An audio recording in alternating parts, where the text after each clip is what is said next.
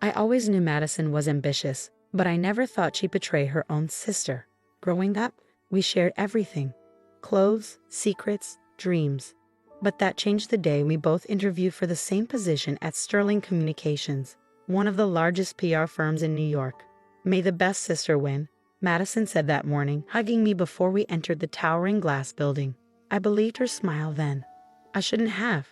I'd spent years preparing for this opportunity: multiple internships, a master's degree in communications, networking at every industry event I could find. Sterling was my dream company, and the director of digital strategy role was everything I'd worked for. The interviews went perfectly. I presented a comprehensive digital transformation strategy that the board loved. They seemed particularly impressed by my innovative approach to integrating AI into their social media campaigns. By the end of the day, the CEO himself told me I was their top candidate. "We'll be in touch next week with the formal offer," he said, shaking my hand.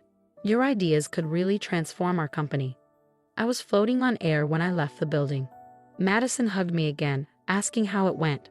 I told her everything, too excited to notice how intently she was listening, how carefully she was noting every detail.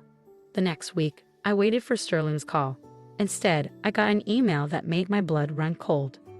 "Dear Alexandra, while your application was impressive, we decided to go with another candidate whose vision better aligns with our company's future direction. We wish you the best in your career pursuits."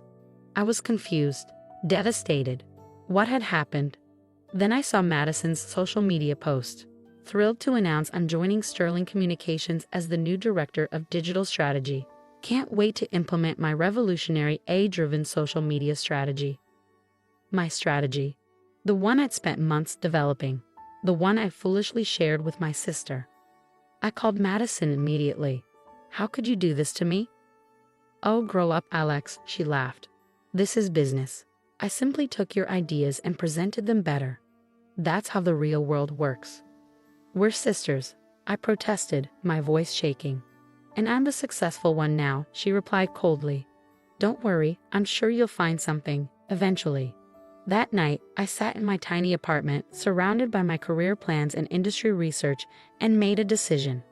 Madison thought she'd won, but she just taught me the most valuable lesson of my life: trust no one and play the long game. I took a job at a smaller PR firm, one Madison considered beneath her. But while she was bragging about her corner office at Sterling, I was learning everything about the industry from the ground up. Digital marketing, client relationships, business operations, I absorbed it all. More importantly, I started studying Sterling Communications itself. Their financial reports, their client lists, their weaknesses. Madison might have stolen my dream job, but she also given me inside access to the company through her endless social media posts and boastful family dinner conversations. "You should see my new office," she'd gloat at our parents' house. "Floor-to-ceiling windows, my own assistant, the works. Sterling really knows how to treat their top talent." I'd smile and congratulate her while quietly taking mental notes. Every detail she shared was another piece of the puzzle I was assembling. 3 years into her role, Madison had risen to Vice President of Digital Operations. She never missed an opportunity to remind me of her success. "Still at that little agency, Alex?" she asked at family gatherings. "You know, Sterling's hiring junior associates if you want to interview again." I could put in a word. What Madison didn't know was that I'd left the little agency 18 months earlier to start my own digital marketing consultancy, Phoenix Digital. We operated in stealth mode, working with smaller clients but developing cutting-edge technology that made Sterling's systems look obsolete. I lived modestly, putting every penny of profit back into the business. While Madison bought designer clothes and luxury cars, I was building something bigger than she could imagine. 5 years after the stolen interview, Phoenix Digital had grown into a powerhouse, though few knew it. We operated through subsidiaries and shell companies, with me deliberately staying out of the spotlight. Our client list included some of the biggest names in tech and entertainment, all drawn to our innovative approach to digital marketing. Then came the opportunity I'd been waiting for. Sterling Communications, despite its prestigious name, was struggling to adapt to the changing digital landscape. Their stock price was dropping, their clients were jumping ship, and their outdated technology was becoming a liability. Madison, now Executive VP, was too busy posting about her latest promotion to notice the company was sinking. But I noticed. I noticed everything. Through a complex series of transactions, Phoenix Digital began quietly buying sterling stock through various shell companies. Each purchase was small enough to avoid attention, but together they formed a significant portion of the company's shares. Then the final piece fell into place. Sterling's CEO announced his retirement, and the board was desperately searching for someone to right the ship. They needed someone with proven digital expertise and a track record of innovation. That's when Phoenix Digital emerged from the shadows, revealing itself as one of Sterling's largest shareholders. The board was impressed by our technology and track record. They didn't know I was behind it all. They just knew we could save their company. Last week, the board voted to accept Phoenix Digital's offer to acquire Sterling Communications. Tomorrow morning, I'll walk into that glass tower not as a job applicant, but as the new CEO. Madison has no idea what's coming. Her latest Instagram post shows her in her corner office, captioned "Another day ruling the digital world." #girlboss, #blessed. I picked up my phone and sent a message to my assistant. Schedule a meeting with Madison Parker for 9 a.m. tomorrow. Don't tell her who it's with. I arrived at Sterling Communications an hour early, watching through the security cameras as employees filtered into the building. The atmosphere was tense. Everyone knew about the acquisition, but few understood exactly what it meant for their future. Madison strutted in at 8:45, designer handbag swinging from her arm, barely glancing at the security guard she passed every day. She was wearing the same brand of power suit she'd worn to steal my interview years ago. "Perfect," my assistant buzzed me. "Your sister is here for her 9 a.m. meeting." "Make her wait 15 minutes, I replied. "Let her sit in a reception area like I once did." I stood at the window of the CEO's office, my office now, remembering all the times Madison had bragged about her view of the city. The same view I now commanded. At precisely 9:15, my assistant showed Madison in. She was scrolling through her phone, probably drafting another self-congratulatory social media post. "This better be important," she said without looking up. "I have a client presentation at." Her voice trailed off as she finally raised her eyes and saw me standing behind the CEO's desk. The phone slipped from her fingers, clattering on the hardwood floor. "Alex?" "Hello, Madison," I said calmly. "Please have a seat. We need to discuss your future at Sterling Communications." She stood frozen, her carefully maintained facade cracking. You're the new CEO?" "But Phoenix Digital is my company," I finished for her. Surprise.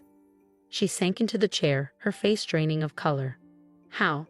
It's amazing what you can accomplish when you're not busy posting about your success on Instagram."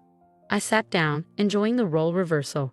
While you were stealing my ideas and climbing the corporate ladder, I was building something real. "This is insane," she whispered. "You can't be." I opened my laptop, pulling up her performance records. "Let's review your time at Sterling, shall we? Client retention down 40% under your leadership. Digital initiatives failing to meet basic benchmarks. Oh, and my personal favorite, taking credit for other people's work. Some things never change, do they?" Madison's shock transformed into anger. "You did this for revenge. Bought the company just to fire me? Revenge?" I laughed softly. "Madison, not everything is about you. Sterling Communications needed saving from executives exactly like you. People more concerned with their image than their impact."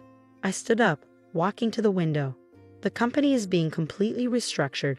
We're implementing Phoenix Digital's technology across all divisions. Most of the executive team will be replaced." "You can't fire me," she said, but her voice trembled. "I'm your sister." Funny, that didn't seem to matter when you stole my interview. I turned back to face her. "But you're right about one thing, I'm not firing you." Hope flickered across her face. "You're not?"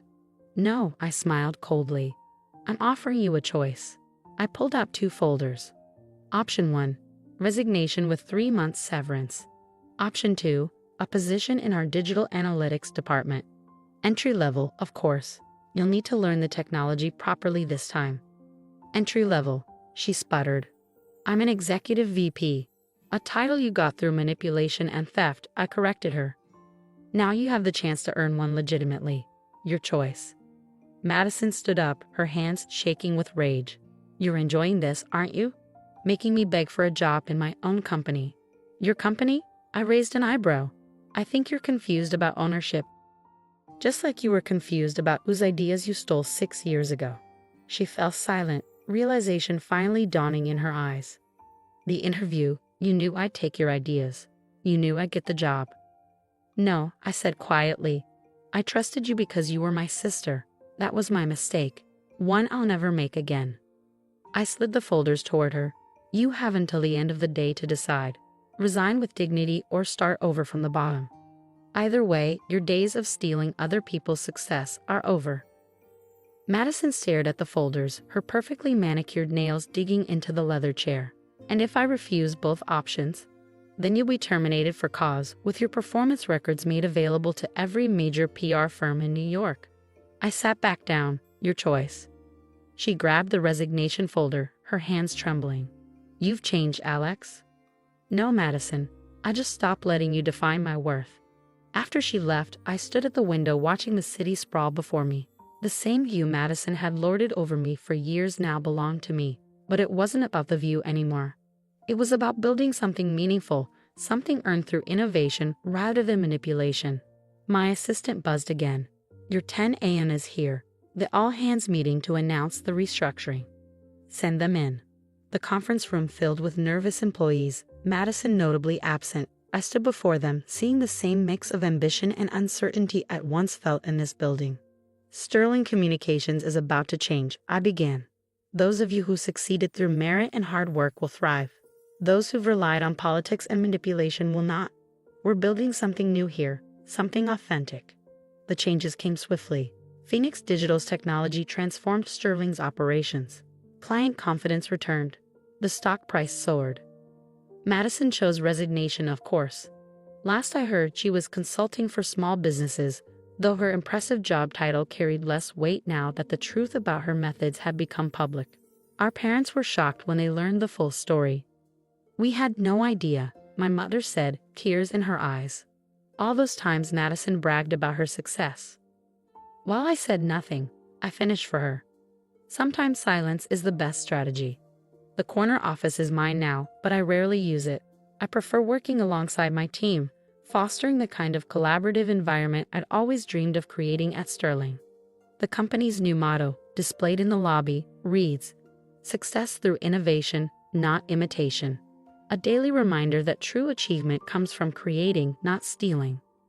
Madison still sends occasional messages through family members, trying to repair what she broke. I don't respond. Some betrayals can't be undone, but they can teach us valuable lessons. The lesson wasn't about revenge. It was about patience, persistence, and the power of building something real while others are busy taking shortcuts. Today, Sterling Phoenix Group leads the industry in digital innovation. Our technology has revolutionized how companies approach online marketing. We've created hundreds of jobs, launched countless careers, and built a culture where merit matters more than manipulation. And that naive girl who once trusted her sister with her dreams, she became something better than she'd imagined. Not just a company director, but a leader who transformed an entire industry. Sometimes I look back at Madison's last Instagram post as Executive VP, living my best life at the top. #corporate_queen, #blessed. Below it, I posted my only comment in 6 years. The view's better from the CEO's office. Trust me. Success, I've learned, isn't about rushing to the top. It's about building a strong foundation that no one can steal. Madison taught me that lesson, though not in a way she intended.